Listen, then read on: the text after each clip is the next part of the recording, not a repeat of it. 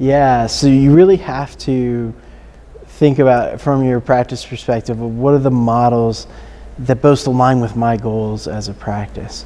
So, a model we didn't talk about, Million Hearts, has been out for a while. Like, do I be a Million Hearts if I really care deeply about cardiovascular care, and that's an emphasis of my practice.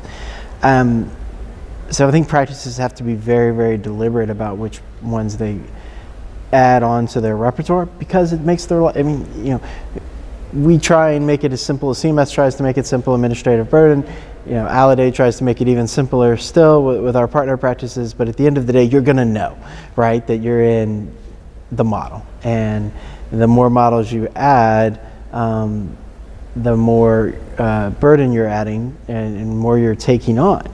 So it really comes down to, as a practice, looking at is like, well, what is the reason I'm going to take that on? Is it further my goals as a practice for better care for my patients and better health for my patients, or am I just taking it on because I feel like it's the thing I should do, right?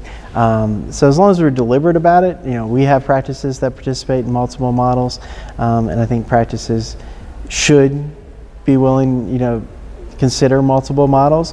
But at the same time, just be very, very deliberate. Like, I want this out of this model. Don't just sign up just because it's the new model.